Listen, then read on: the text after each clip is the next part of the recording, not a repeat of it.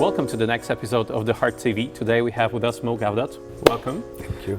You're author of Solve for Happy and Chief Business Officer at Google X. You've worked for many years helping to turn such missions or moonshot projects within Google that Google has defined into sustainable businesses. Can you share any of the secret sauce, how you turn such great ideas or visions into businesses? I've had the pleasure of starting almost half of Google worldwide, and then I worked at Google X, where I ran the business side as Chief Business Officer, where we built moonshots. But I also am a serial entrepreneur, so I co-founded more than 25 companies in my life. And the idea of turning a great vision into a reality is a lot of execution. Of course, we know that. But there is also an element of what is the great vision. So most innovators today, they focus on the product. What can I build? How much money I can make out of it by selling it to how many people? Surprisingly, what people don't really notice somehow is that this is not at all the way Google works. Even though there is always, noise around, oh, what is Google doing, and how does this impact on my life? The truth is, search is a massive contribution to our research, to our universe. If you've ever lived in Kenya and you didn't have search in Swahili and then search showed up in Swahili, you understand. There are tens of thousands of people a day that are saved just by searching for the word heart attack in so many places around the world. The reason why search is producing so much money today is because of what Larry Page calls the toothbrush test. Search truly solves a big problem for billions of people in a way that they depend on it once or twice a day. You're bound to find success, you're bound to make a lot of money. And that truly is the key ingredient at the beginning of your vision that actually can make that vision become much more impactful in the long term. Assuming that we all are going to execute well, okay? The choice of which vision you plan to focus on for a long time is very important.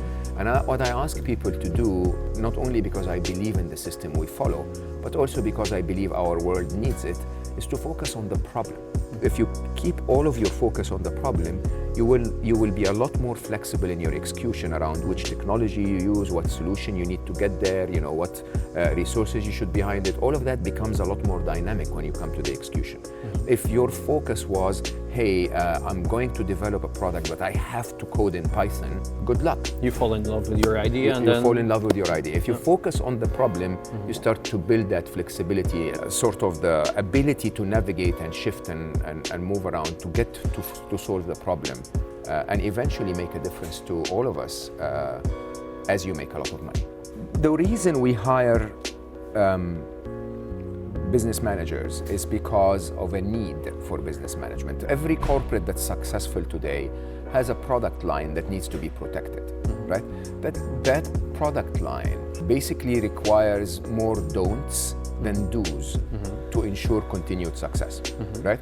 If you're Unilever and you have one of your brands successful in the market, you tend to overprotect the brand colors, the brand image, the brand behavior, the brand promise, you have to control all of that because billions of dollars are coming in. There is no way that makes sense for you to be able to do all of those guardrails and protections and guidelines and be innovative at the same time, right? The only way you can become innovative at the same time is to get another group of rebels, okay, who no one really cares about, to sit outside somewhere and do the work. And right? experiment. Right? Give them 1%, 2%, 9%, whatever, of your product budget, right?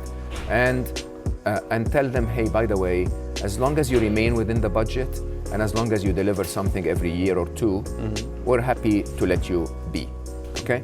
And none of the bureaucrats, none of the business people that are designed to build bureaucracies. Bureaucracy is not a bad thing when you're protecting a cash cow, right?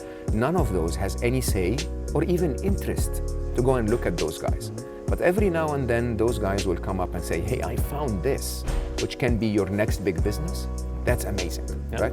You can do that in-house by building a few separate competing, innovation hubs, if you want, or you can do it in the outside. You can go scout other ideas that relate to your business, or work with the heart, right? And have them scout for you and find you things that fit. The only thing that people need to understand is this. If disruption of businesses used to happen every 50, 20, 30 years in the past, it now happens every 4 to 6 years, right? It will be even shorter.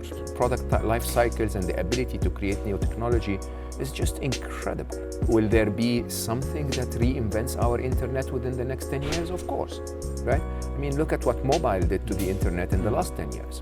It's very unwise to think that the protectionism of our business units in terms of, the cash cows is enough, okay? It's also very unwise to expect that the cash cow will also be an innovator. So we might as well just build those separately with enough autonomy to build. Thank you very much. It was great having you. Yeah, Thank you very much. Same here. Thanks for the opportunity.